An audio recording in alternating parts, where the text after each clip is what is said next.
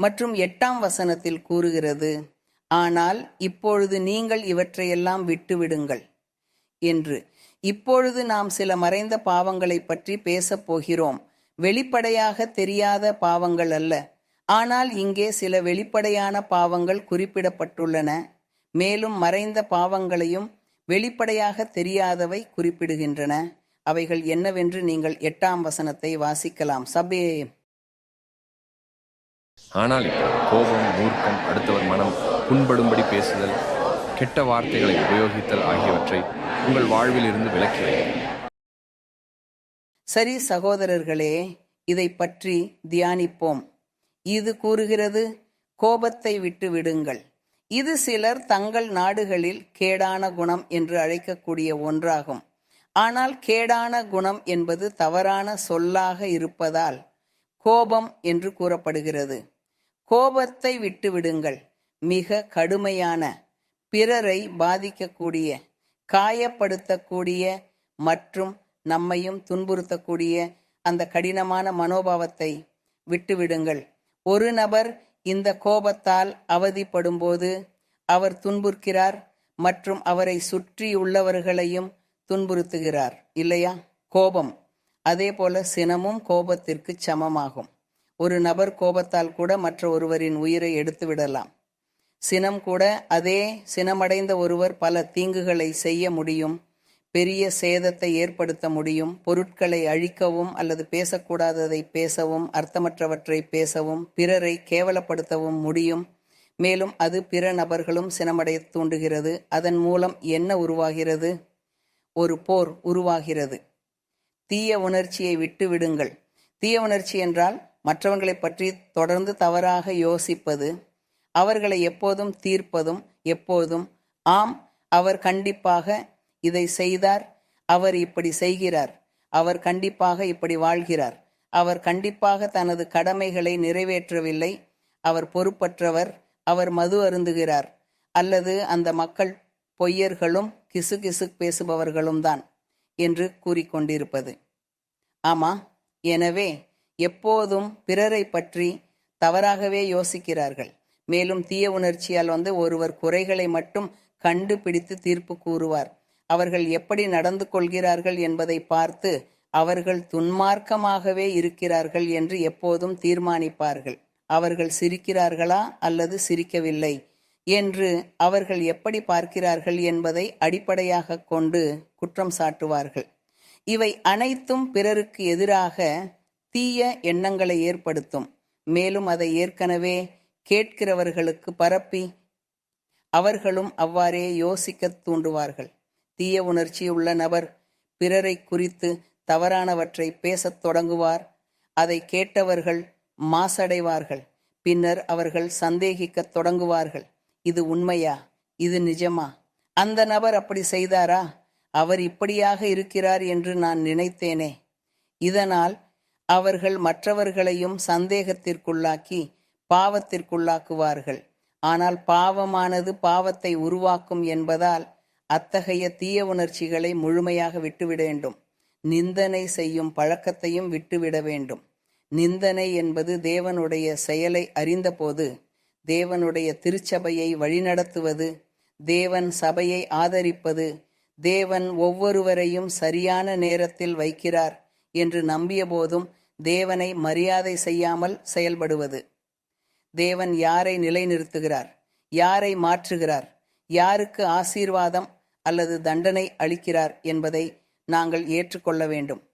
ஆனால் நாங்கள் மரியாதை செய்யாமல் எதிர்ப்பு தெரிவித்து சீற்றமடைந்து தேவன் என்ன செய்கிறார் என்பதை பற்றி குற்றம் சாட்டத் தொடங்கினால் இது தேவனுக்கு அன்பாக இருக்காது. தேவன் செய்த செயல்களை மரியாதை செய்வதிலிருந்து விலகினால் நாம் தேவனின் வருத்தத்தை ஏற்படுத்துவோம். தேவன் அதிசயங்களை செய்தார், அவர் வெளிப்பட்டார், குணமளிப்புகளை செய்தார் மற்றும் அவர் தனது வாக்குறுதிகளை நிறைவேற்றினார். அது சபையிலும் அவர் அமைத்த மக்களிடமும் நடந்தது. ஆனால் நான் அதனை பொய்யாக, அது சாத்தானிடமிருந்து வந்தது. அந்த மக்கள் சாத்தான் உடையவர்கள், அவர்கள் தேவனால் நியமிக்கப்பட்டவர்கள் அல்ல, அவர்கள் தவறினர். இது பொய்யாகும், இது முறைகேடு, இது மோசடி என்று கூறத் தொடங்கினால் நான் தேவனை எதிர்த்து நிந்தனை செய்ய ஆரம்பிக்கிறேன். ஆண்டவருக்கு எதிராக நிந்தனை செய்கிறேன். நாம் மிகவும் கவனமாக இருக்க வேண்டும். ஏனெனில் தேவன் மக்களை நல்வழிக்காகவோ தீய வழிக்காகவோ இடமாற்றுகிறார். உலகில் ஆட்சியாளர்களை தேவன் அனுமதிப்பார். அது நன்றாக இருக்கக்கூடும், அல்லது தீய வழியில் ஒரு ஜாதியை ஆசீர்வதிக்கவும் அல்லது தண்டிக்கவும் அதுதான் தேவன் செய்வது. பரிசுத்த வேதம் கூறுவது எல்லாம் தேவனுடைய கையிலிருந்து வந்ததாகும். ஆகவே நாம் அதனை மரியாதை செய்ய வேண்டும் மற்றும் ஆண்டவரை நோக்கி ஜெபிக்க வேண்டும். ஆண்டவரே, இந்த மக்கள் தங்கள் கடமைகளை சரியாக செய்யவில்லை, நீர் சொன்னதை நிறைவேற்றுவதில் வெற்றி பெறவில்லை என்று சொல்ல வேண்டும். கருணை கொள்ளும் ஆண்டவரே, இந்த விஷயங்கள் எங்களுக்கு பாதிப்பை ஏற்படுத்தாமல் இருக்க உதவுக என்று வேண்ட வேண்டும். நாம் நிந்தனை செய்ய முன்னர் இதுதான் நாம் செய்ய வேண்டியது. மேலும் நிந்தனை செய்யவும் உமது வாயின் ஏவலான சொற்கள் கூறப்படக்கூடாது என்றும் வேதம் கூறுகிறது. அதே நேரத்தில் நான் பலர் விசுவாசிகள், ஆண்கள், பெண்கள், சகோதரர்கள் மற்றும் சகோதரிகள் தங்கள் வீட்டில் தங்கள் பணியில் மிகவும் அவமானகரமான வார்த்தைகளை பயன்படுத்துவது, கோபம், சினம், தகராறு மற்றும் அதிக சாபங்களுடன் பேசுவது போன்றவற்றை கேட்டேன். அவர்கள் பேசும் வார்த்தைகள் தேவனுடைய மகன் அல்லது மகளின் வார்த்தைகளாக இல்லை. நான் என் ஆன்மீக வாழ்க்கையின் பயணத்தில் இதை பார்த்துள்ளேன். பலரிடம் இதை கண்டுள்ளேன். மேலும் நான் என்னை கேள்வி கேட்டேன், ஏன் இந்த மக்கள் இன்னும் இந்த விஷயங்களை வாழ்கிறார்கள்? ஏன் அவர்கள் மாற்றப்படவில்லை? ஏன் அவர்கள் இன்னும் மாறவில்லை? இது மிகவும் கவலை அளிக்கிறது. எனவே நாம் பார்க்கிறோம், அப்போஸ்தலர் பவுல் இந்த அறிவுறுத்தலை கூறுகையில் முழு நியாயத்தில் இருந்தார். அவர் விசுவாசிகளுக்கு இந்த விஷயங்களை செய்ய வேண்டாம், ஏனெனில் நீங்கள் ஏற்கனவே கிறிஸ்து இயேசுவில் பிறந்தவர்கள், நீங்கள் கிறிஸ்துவுடன் உயிரோடு இருக்கிறவர்கள் என்று கூறுவீர்கள். ஆகையால் மேலே உள்ளவைகளை தேடுங்கள், பரலோக விஷயங்களை பின்பற்றுங்கள், பூமியின் விஷயங்களில் உங்கள் பார்வையை வைக்காதீர்கள் என்று சொல்கிறார். தேவன் கோபமாகி விடுவார். அவர் ஆசீர்வாதங்களை நீக்கிவிடலாம், அல்லது இந்த மக்களை குழப்பமடைய விடுவார், அல்லது சாத்தான் வந்து அவர்களை குழப்புவார். இதுதான் நடக்கும்.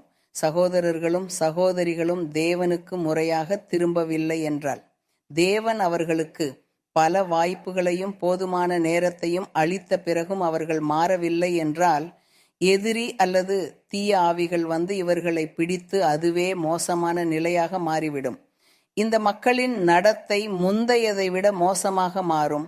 அவர்கள் நேரத்திற்குள் மனந்திரும்பாததினாலும் மாற்றப்படாததினாலும், ஏனெனில் மாற்றப்பட முடியும், உடலை கட்டுப்படுத்த முடியும், உடலின் தேவைகளை தடுக்க வேண்டும், அதற்கு முழு சுதந்திரம் கொடுக்கக்கூடாது. உடலின் பகுத்தறிவு சார்ந்த ஆசைகளுக்கு கட்டுப்பாடுகள் வைத்திருக்க முடியும். இதன் விளைவாக இது சொல்லுகிறது, அநாகரிகமான வார்த்தைகள், அவற்றிலிருந்து பாதுகாப்பாக இருங்கள் சகோதரர்களே. மற்றும் பொய்களும். பொய் என்பது மற்றொரு விஷயமாகும். எனக்கு தான் தெரியும், சிலர் பொய் பேச விரும்புகிறார்கள். நீங்கள் யாரும் அதை கவனிக்கவில்லை என்று நினைக்கிறீர்கள், யாரும் அதை காணவில்லை என்று நினைக்கிறீர்கள். ஆனால் தேவன் அதை பார்க்கிறார். தேவன் உங்கள் நிலையை இறக்கி விடுகிறார், உங்களை தகுதி இழக்கச் செய்கிறார். ஏனெனில் நீங்கள் ஆண்டவருடன் நேர்மையாக இல்லை. பொய்கள் நல்லதல்ல, ஏனெனில் ஒரு பொய்யின் மூலம் மற்றொரு நபரை ஏமாற்றவும் அவர்களுக்கு தீங்குகளை செய்யவும் முடியும். இது மற்றவர்களை காயப்படுத்தி அவர்களை கேவலப்படுத்தி மற்றும் நம்பிக்கையை இழக்கச் செய்கிறது. ஒருவருக்கு நாம் சொல்வதை அவர்கள் கேட்கும் பொழுது அவர்கள், இந்த நபர் எனக்கு உண்மையை கூறுகிறாரா அல்லது மீண்டும் பொய் பேசுகிறாரா என்று சந்தேகிக்கின்றனர். இதனால் அவர்கள் நமக்கு மீண்டும் நம்பிக்கை வைக்க மாட்டார்கள். எனவே நாம் தேவனுக்கு திரும்பிய பிறகு மற்றும் நம் ஆன்மீக பரிசுகளை பெற்றதும் திருச்சபையில் கைகளை வைத்து வேலை செய்யும் நிலையில் இருந்தாலும் உண்மையில்லாமல் நடந்து கொண்டால் நாங்கள் மறக்கக்கூடாது. சகோதரர்களே மற்றும் சகோதரிகளே, நாம் மாற்றம் செய்ய வேண்டும். நமது வாழ்க்கையிலிருந்து இந்த பழக்கங்களை நீக்க வேண்டும். தேவன் நமக்கு கொடுக்கும் பரிசு மிகவும் பெரியதாக இருக்கும். அது இந்த வாழ்க்கையில் கிடைக்கக்கூடாது, அடுத்த வாழ்க்கையில் கிடைக்கக்கூடும். அல்லது தேவன் நமக்கு அதிக ஆற்றலை அளித்து நம்மை மேலும் ஆதரிப்பார். தேவன் எப்போதும் நம்மை பரிசளிக்கிறார். நம்முடைய செயல்களுக்கேற்ப நமக்கு திரும்ப செலுத்துகிறார். ஆண்டவர் இயேசு கிறிஸ்து கூறியது போல், உங்களில் யாராவது இவ்விதமாகவும் அதிவிதமாகவும் செயல்பட்டால் அவர் 100 மடங்கு பதிலளிக்கிறார் என்று அவர் சொன்னார். நாங்கள் தேவனுக்கு செயலாற்றும் போது அது வீணாக இருக்காது. நாங்கள் உலகம் முழுவதும் போய் ஆண்டவரின் வார்த்தையை பிரசங்கிக்க தயாராக இருக்கிறோம். இது தேவனிடம் கொண்டுள்ள அன்பையும் ஆண்டவரை நேசிப்பதையும் குறிக்கிறது. இதற்கு நாங்கள் பல விஷயங்களை விட்டுவிட வேண்டும். மகிமையும் கௌரவமும் அவருக்கே உண்டாகட்டும், ஆண்டவருக்கே உண்டாகட்டும். இந்த அறிவுறுத்தல் இன்று நமக்கு அனைவருக்கும் பயனுள்ளதாக இருக்கட்டும் மற்றும் உலகம் முழுவதும் பல இடங்களில் இந்த வீடியோவை பார்ப்பவர்களுக்கும் பல திருச்சபைகளுக்கும் பயனுள்ளதாக இருக்கட்டும். மகிமையும் கௌரவமும் ஆண்டவருக்கே உண்டாகட்டும்.